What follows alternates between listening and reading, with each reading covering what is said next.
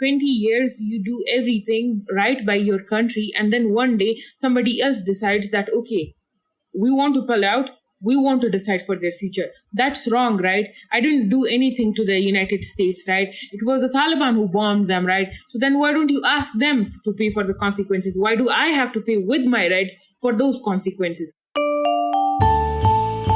Hello and welcome to the GZERO World podcast. This is where you can find extended versions of my interviews on public television. I'm Ian Bremmer, and today, how America's withdrawal from Afghanistan turned into the biggest foreign policy crisis of Biden's presidency.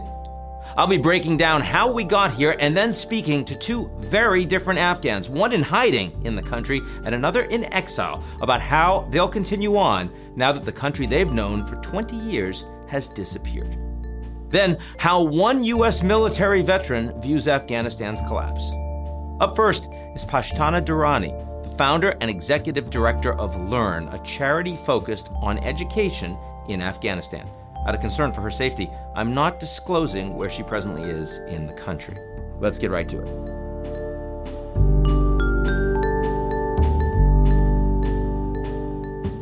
The GZERO World podcast is brought to you by our founding sponsor, First Republic. First Republic, a private bank and wealth management company, places clients' needs first by providing responsive, relevant, and customized solutions. Visit firstrepublic.com to learn more. And GZERO World also has a message for you from our friends at Foreign Policy.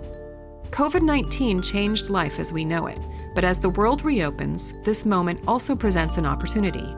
On Global Reboot, Foreign Policy looks at old problems in new ways. From U.S.-China relations to gender inequality and racial discrimination, each week Ravi Agrawal speaks to policy experts and world leaders and thinks through solutions to our world's toughest challenges. Check out Global Reboot wherever you get your podcasts.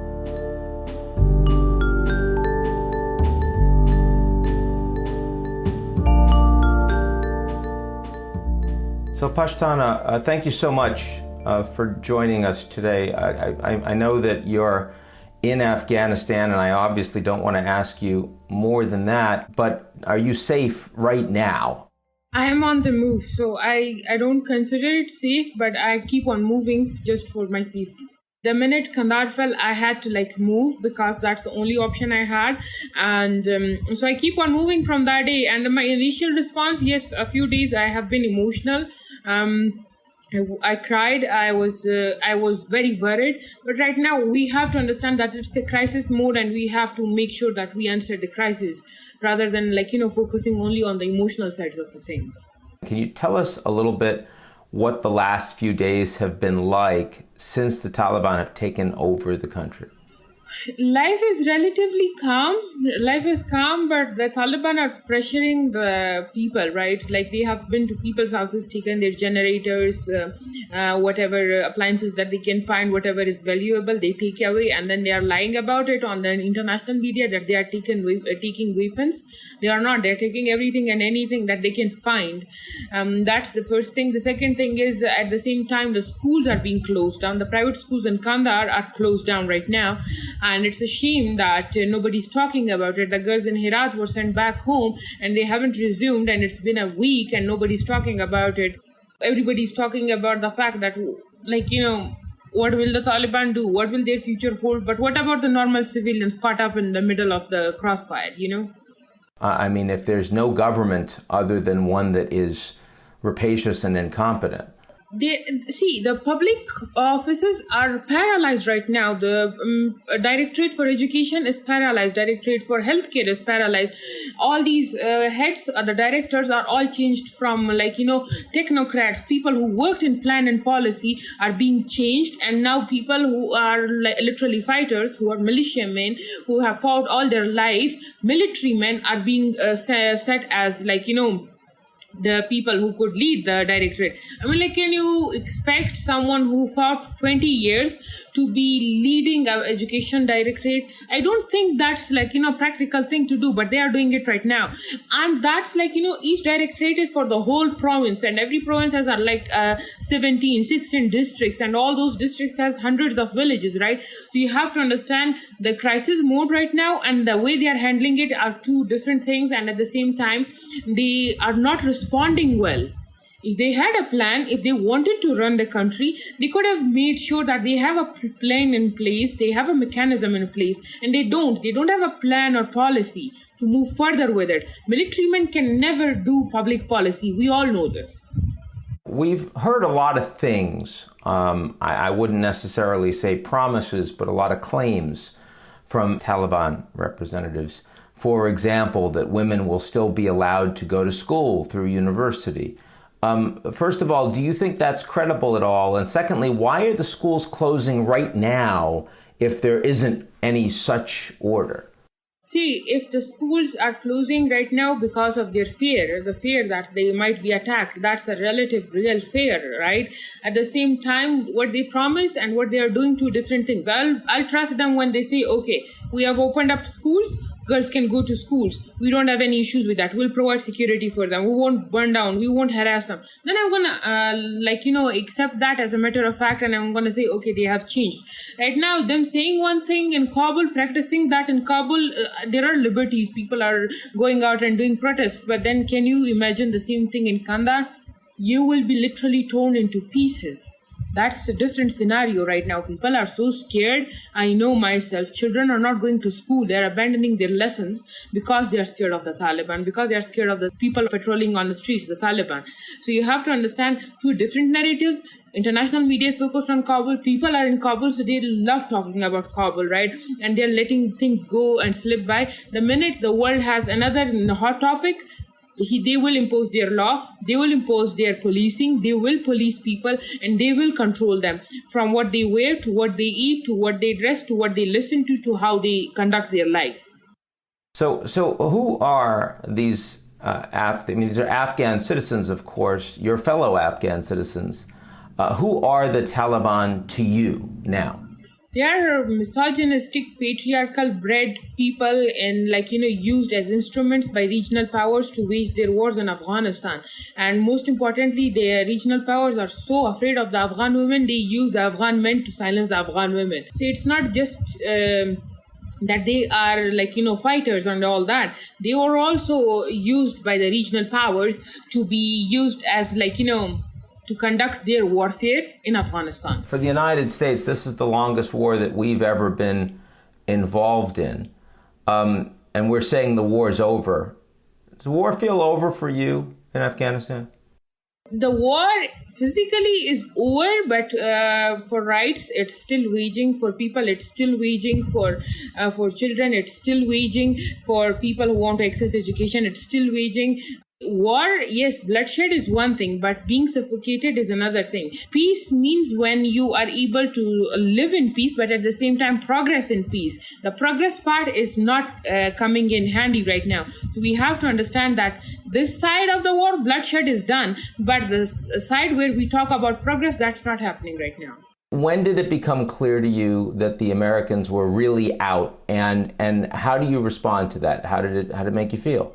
Them going out was never the issue, even if they wanted to go out 3 years ago or now or 5 years ago when Obama said that we want to leave, right?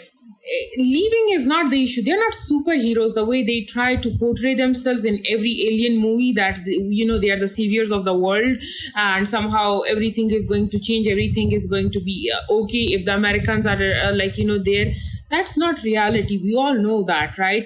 So right now in Afghanistan, their presence was not the issue. Them legitimizing the Taliban, them turning a blind eye on the Afghan civilians' bloodshed, those were the things that made me question all their leadership throughout the world, right? That's the point that you all should be questioning, not the fact that they have mere boots on the ground. Boots on the ground, they didn't even fight the war. So what difference does it make? in the 1 year, Afghanistan was still sustainable, right? Then how come in just a few days, the minute they pull out, Afghanistan starts falling down like a dominoes, right? The reason is that they legitimize people, legitimize terror group, and now they expect us to fight back with what? So the decision to negotiate with the Taliban, the decision to bring them into the governing process was a fundamental mistake from your perspective. Fundamental mistake in a sense where they could have asked the Taliban to accept women rights. They could have asked them to accept children rights. They could have asked them to accept educational rights, working women rights, but they didn't do that. They had all sorts of leverage and they didn't do all those things, right? So for me, that's a question. That's a very important question. If you're not going to use your leverage where it's needed in human rights, then what good are you? Now, you saw that my president, during his speech a couple of days ago, put the blame on the Afghan forces, said that if they're not prepared to fight for themselves, that the Americans can't fight for them. It's a shame that he is insulting, he's dishonoring the Afghan forces, the way he is saying that they didn't want to fight back. If we didn't want to fight back, I wouldn't have 2,300 people in the army dead from my tribe only. And I'm a very small tribe. I come from Maruf, a district that is all mountainous. And we as a district lost 2,300 men to this war in the past 2 decades. 2,300 men is a huge number for one district, right? So if they didn't want to fight, they didn't want to fight for themselves, why die, right? How many members of your tribe total, just so everyone here understands what we're talking about? It's a very small district, so it's relatively around 20,000 people or somehow like that, and it's all family included. Right now, if you go to those IDP villages, if you knock on every door, it's a widow and orphans, no man in the house. There are no men left to bury the men that are being murdered in the war in the past 3 weeks, right? So let me assure you that Afghans wanted to fight for themselves. It was the orders that told them that the ceasefire has been there and there is a negotiation in place. A peace deal has been reached. Don't fight, stand back. Let's not dishonor the Afghan army right now. I mean, like, politics aside, yes, our leaders were corrupt, but people, army, no, they were not corrupt. They were willing to fight. Don't put political leaders' blame on an army. That was holy and that was sacred.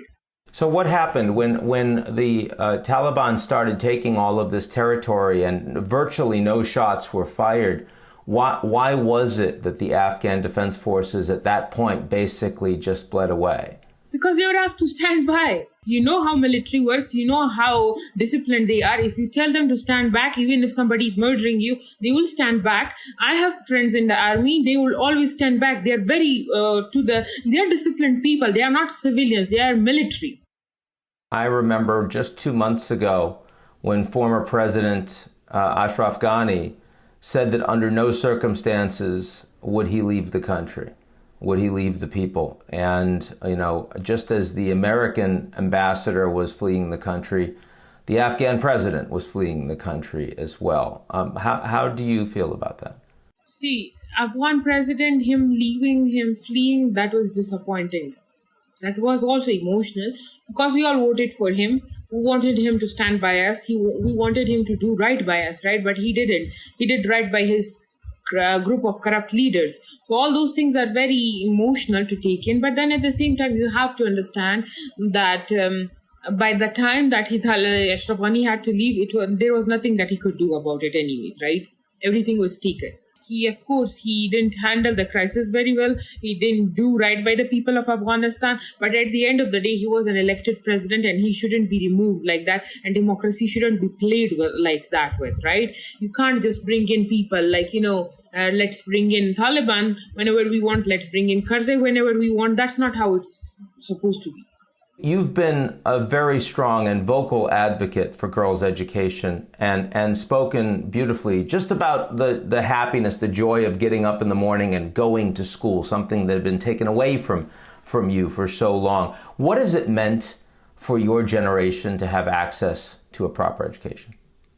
See, educational opportunities for people like us is opportunities to build our country, opportunities to educate more people into feeling responsible for this Afghanistan, for this country. We cannot be aid dependent all our life. We cannot be foreign aid dependent, foreign influence dependent. We have to do something on our own. And for that, it's very important to start by educating ourselves, to start by becoming a scientist, a doctor, a teacher, to have that human capacity to serve the country for the greater good. But right now it's in jeopardy, right? 20 years you do everything right by your country, and then one day somebody else decides that, okay, we want to pull out, we want to decide for their future. That's wrong, right? I didn't do anything to the United States, right? It was the Taliban who bombed them, right? So then why don't you ask them to pay for the consequences? Why do I have to pay with my rights for those consequences? I didn't do anything. I'm a humanist. Why should I pay for their mistakes? What gives you hope going forward? The fact that I'm willing to put up a fight, the fact that other girls want to learn, the fact that all women are coming out right now, the fact that the Taliban, one way or the other, we have to listen to us. And the fact that the world is standing in solidarity with us, no matter what, whatever the leaders do, the civilians do feel for Afghanistan.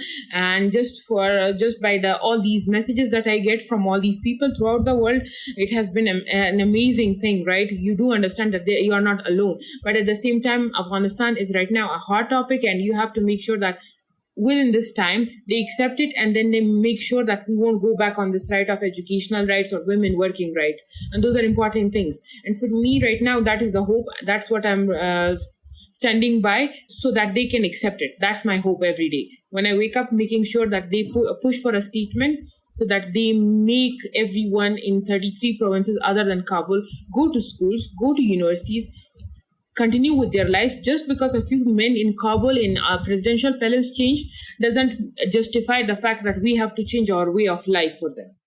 Pashtana Durrani, I'm very sorry for what's happening in your country right now, and I really appreciate you spending a little bit of time with us. Thank you. Thank you so much for having me. Thank you.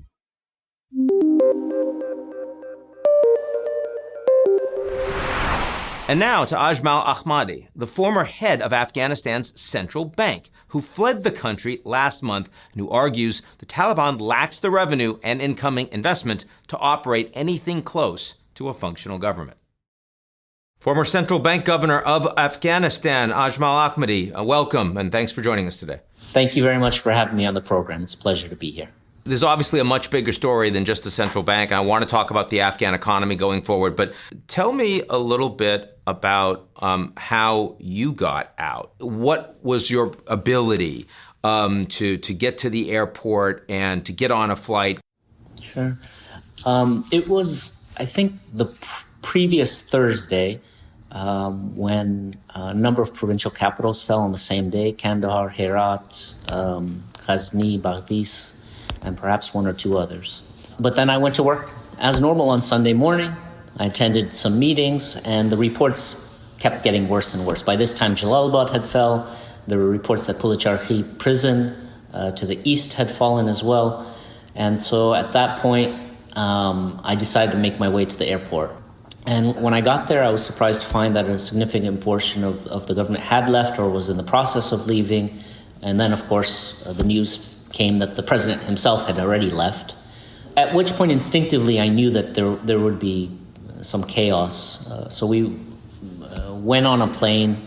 Everyone attempted to board this now infamous Cam Air plane that's still on the tarmac there. The one that showed the people standing literally on top of the plane at the time. Yes. Yeah. And we boarded that, and everyone tried to board that plane. So it was a passenger plane for perhaps 300 people.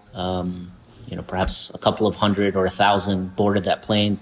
I realized it wasn't going to take off. They had mentioned that the plane had no pilot, it had no fuel. So we went down to the tarmac, and I think it was the beginning of the scenes which now you see on TV, where there's hundreds of people. Every person is trying to find some sort of aircraft. There were various helicopters taking off in an ad hoc manner, a small military plane taking off. And there was one military plane, not from the U.S., that everyone was rushing towards. I wasn't hopeful, but I think we went towards it, and it was a C-17 where the rear of the plane was going up, and my friends, my colleagues had pushed me on the plane. I was not supposed to be on that plane. It wasn't a military transport where I had a ticket to get on. It was essentially one that I forced my way on and was fortunate to get on at that point. And this is part of why in those initial photos, including that one incredibly overstuffed transport, it's mostly men, right? It's not women, it's not kids, because I mean, your just physical ability to get through the scrum of what is an incredibly chaotic period. That's basically the situation that the central bank governor finds himself in Kabul. Yeah. So if the central bank governor is in that position, you can imagine the position of everyone else. At the end of the day, I boarded the plane. I had one or two bags, but I left them, and even one of my shoes came off, and I was walking on the plane with one shoe, and that's how I left the country, which was not the way you want to leave. Now, more broadly, tell me a little bit about how you respond to how you feel about the decisions made by the Americans at the end. The evacuation, the desire of the U.S. to pull out, the movement of the dates, what's happening on the ground now. Give me the perspective as someone who's been working with the Americans within your government and has now find yourself in exile. Talk a little bit about the decisions being made. I would separate the decisions in two aspects. One was the strategic decision to withdraw, and the second is how that decision was implemented. Yeah. I think the strategic decision to withdraw, of course, people have different views on that. I've seen yourself post about the strategic decision. I would disagree with it, but of course it's the U.S.'s decision to make their own strategic calculus and decide on that. I think it created the conditions for the collapse, but again, that's sort of a medium-term picture.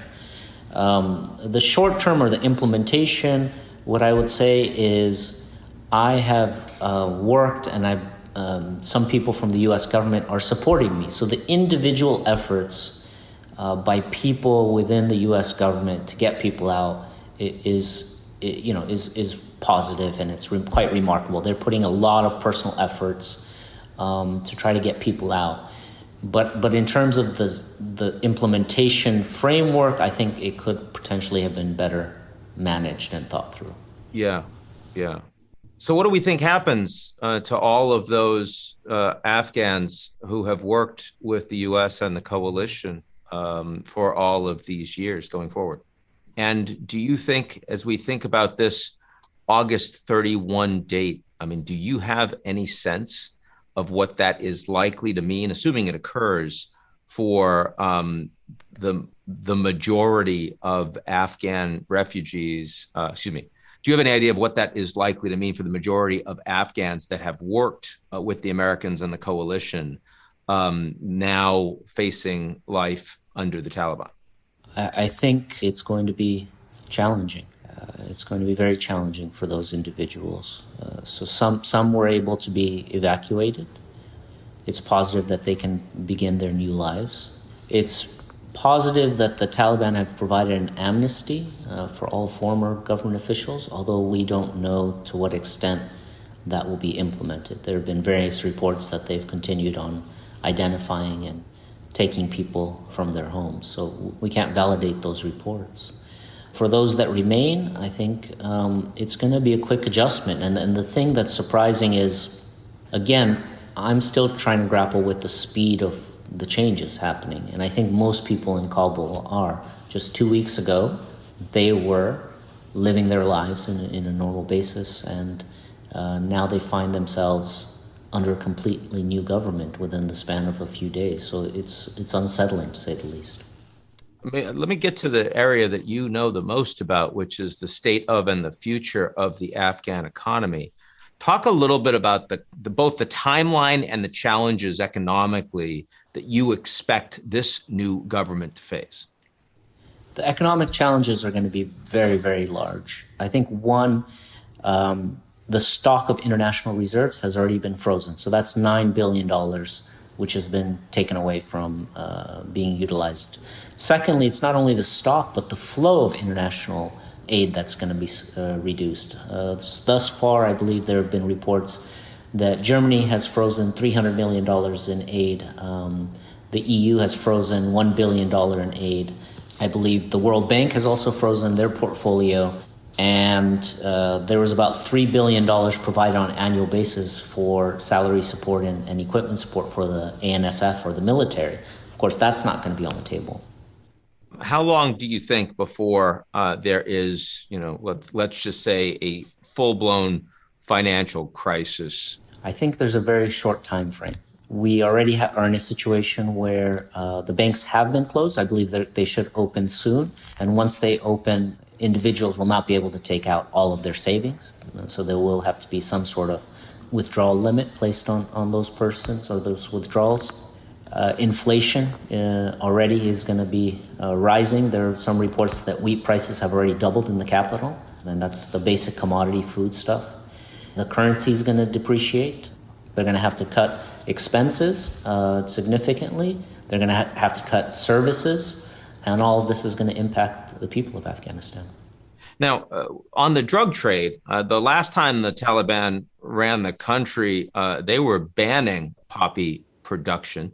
That has been the lion's share of the money that's been accessible to them over the past years. Does that make you think that actually opium production under this new Taliban government is going to continue going forward? It's a good question. You're right. Under the previous regime, they completely banned it, but they have been opportunistic afterwards to be able to tax opium production to form part of their own revenue base. So going forward, they've talked about banning it again, but it's difficult to say. I think they might be opportunistic. If there's other resources that are taken away from them, they may continue it to provide some revenue base for them. You've now had a chance to see the beginnings of what this government is going to look like and their operations. Any surprises from you? Any reason at all to believe that this is a new and improved Taliban from what we saw before? I think it's tough to say at the moment. They're probably trying to figure it out themselves. We haven't seen the formation or announcement of the form or structure. We've seen some people being announced in some positions, but those could be temporary placeholders until something takes hold. So I think they're trying to figure it out themselves, but I would say they made many claims or many promises during the Doha process, which were not upheld. They're now making some promises as well. I think until you actually see, or the international community doesn't see those actions being taken, I think there's little reason to believe them. I'm wondering how you feel about American and European and other sanctions against this new Taliban government. You always wonder to what extent punishment being meted against a government you disagree with ends up causing more suffering on the ground than you had intended. The Afghan people are undeniably going to be hurt over the coming months and years. Inflation's going to go up, incomes are going to go down, bank accounts are going to be frozen. And I wrote this in an op-ed where I think humanitarian assistance needs to begin even immediately. The question of whether that should be provided through government channels or through UN agencies, I think I'll leave in the hands of the policymakers. But at the end of the day, there has to be some assistance for them, beginning almost immediately. Based on my understanding, I think it's going to be difficult for Western governments to recognize the Taliban and to be able to unfreeze these large foreign reserves or to begin donor programs until a few steps are taken. I mean, first of all, you have to form the government, which hasn't been formed.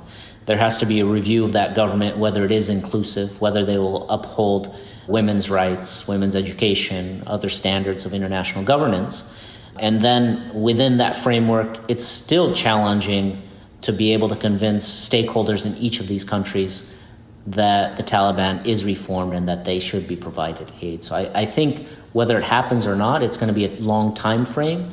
And I think it's going to be challenging. And in the meantime, humanitarian assistance should be provided.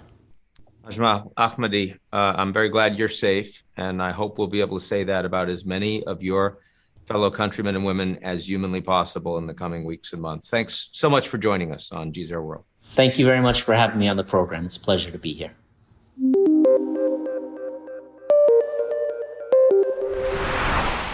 And now to the perspective of one U.S. veteran who served in Afghanistan and watched as the Taliban took over.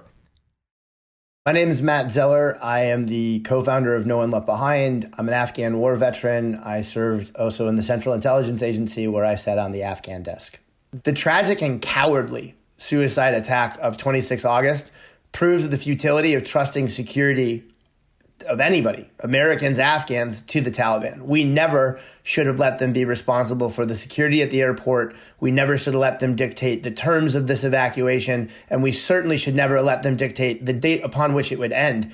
Because let's be clear, by allowing them to have control of those key factors, we are ending this evacuation before we are actually taking everyone who needs to be saved. By the estimation of the organization, the Association of Wartime Allies, the U.S. is on pace to leave behind some 175,000 people. Our coalition has been pleading with the administration since February to begin the evacuation of these people. We argued that it should have occurred months ago when we still had U.S. troops in place in the country, when the government of Afghanistan still stood firmly and we held every single airport in the country. If we had conducted this back then when we first requested it, it would have been orderly. You would not have seen the chaos that has unfolded. And I have to be honest, I don't think we would have seen that type of suicide attack. The people who perpetrated that attack were ISIS Khorasan. These individuals had been mostly rounded up in Afghanistan by the previous government and were actually being held in prison. When the Taliban took Bagram and Kabul within the last 2 weeks, the first thing they did was release all of those prisoners. So one has to wonder, given that the Taliban were the ones who freed ISIS prisoners within the last week, I question just how much the Taliban senior leadership actually knew about this attack before it happened, and whether or not, if they did know about it and they didn't do anything to stop it, how complicit then are they in the deaths of American Marines? The only reason I'm alive talking to you today is because my Afghan interpreter, Janice, saved my life in a battle. He killed 2 Taliban fighters who were about to kill me. He'd be the first person to tell you that he wouldn't have been standing next to me that day if he thought that Americans were people who didn't honor and keep their promises. That's my fear in all this. We have now betrayed hundreds of thousands of Afghans publicly to a global audience. Unlike Vietnam, everyone has been watching this unfold live on TV in real time, and the videos that are being captured are going to exist forever on the internet. They're going to circulate forever. They're going to follow Americans wherever we go abroad forever. And this is the thing that most concerns me is I don't know how we are ever going to be able to look people in the eye in the future and say, you can work with us, we'll take care of you, and have anyone believe us when the evidence is clear. We seem to abandon people in their time of need. At least our government does, not the American people. So for the people who are being left behind in Afghanistan, try to put yourself in their shoes. Imagine if you woke up tomorrow and all sports were banned. They were illegal. All music, all art, the things that make our culture vibrant and exciting and wonderful, banned, illegal. That's what Afghans are waking up to. Afghan women have no more place in public life. They can't leave the home without the escort of a male relative. They've been fired from all of their jobs because women can't work under the Taliban. This is the reality that all of those Afghans that we served with, who believed in our joint mission, who worked together shoulder to shoulder for the last 20 years, trying to build a better Afghanistan. That dream is dead. The nightmare is now their new reality, and we have abandoned them to that. The betrayal is absolute and fundamental, and it's going to be something that will haunt me for the rest of my life. And I, not to say that I speak for the greater veteran community on this, but I have to tell you, every veteran I know feels the same way. We're now going to carry a moral injury that will never abate, a scar that will never disappear. We'll do everything we possibly can to get them out, which is why I keep saying that while the American government might be ending its evacuation and betraying these people, the American people, the veterans, the diplomats, the aid workers who worked with these Afghans and befriended them over the course of the last 20 years, for us, this is just the beginning of a very long process and a very long mission. So what you've seen on the television right now has been what we call phase one. It's actually been the easiest part of this operation. It's the part in which the global community was united, in which we had charter flights and military flights flying in Afghanistan, desperately trying to, pick up anybody who we could load onto those planes. That effort is coming to an end. It's over. The far more difficult effort, the one that's actually going to rescue the majority of these people, what we're calling the Underground Railroad, phase two, that begins now. It's going to take years. We're going to have to try to open up additional air bridges, convince the Taliban government to allow us to send in additional flights, be them charter or military flights, into not just Kabul, but other cities' airports. And that's something that it's going to take, diplomacy to achieve, and likely years. We're also going to try to convince them to allow us to open up what we call ground humanitarian corridors. So these would be convoys that would be protected either by the United Nations or perhaps the Turkish or Qatari military, since the Taliban seems more comfortable dealing with them, where we would load up people into buses in a preset location, say the soccer stadium in Kabul. Everyone go to the soccer stadium, get on a bus, have the Turkish military escort all of those buses to Pakistan. They get off in Pakistan and they register as refugees seeking asylum.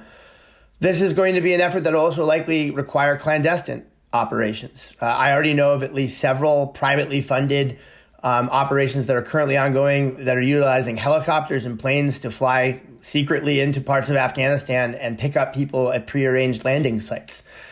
We're going to need every bit of help that people can muster, because the vast majority of the people who have been saved so far, the government's tracking around 105,000 people have been evacuated.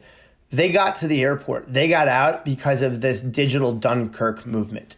It's a movement of veterans, diplomats, aid workers, anybody who served in Afghanistan or had a family member who did over the last 20 years and now feels compelled to help these people. We've been working nonstop, basically since the days before Kabul fell, to try to get as many of these people on flights and out of the country as possible. I know of, at this point, tens of thousands of Afghans who only are alive today because some volunteer within this ad hoc movement that just sprung up globally amongst veterans and aid workers and diplomats and their families to save these people. They're the ones that have helped get people to safe houses, get the people from safe houses onto the airport, and then get them manifested onto flights to safety.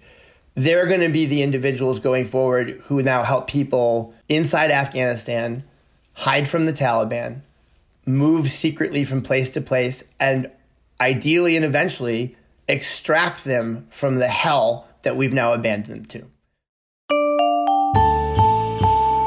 That's it for today's edition of the GZERO World podcast. Like what you've heard? Come check us out at gzeromedia.com and sign up for our newsletter, Signal.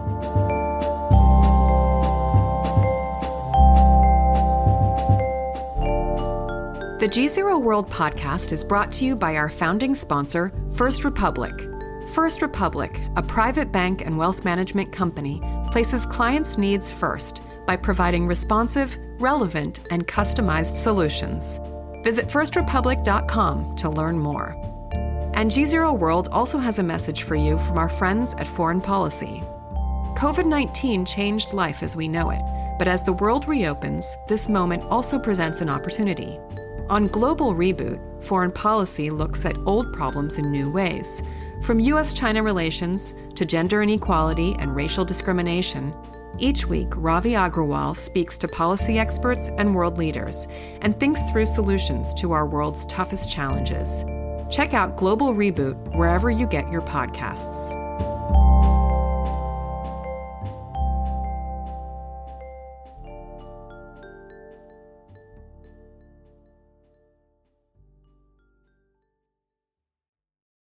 You're listening to the GZERO World with Ian Bremmer podcast, your weekly geopolitical deep dive into the world's biggest news stories, featuring in-depth conversations with global leaders and newsmakers. To get more of GZERO's insights on global politics every morning, sign up for our free newsletter, GZERO Daily, at gzeromedia.com.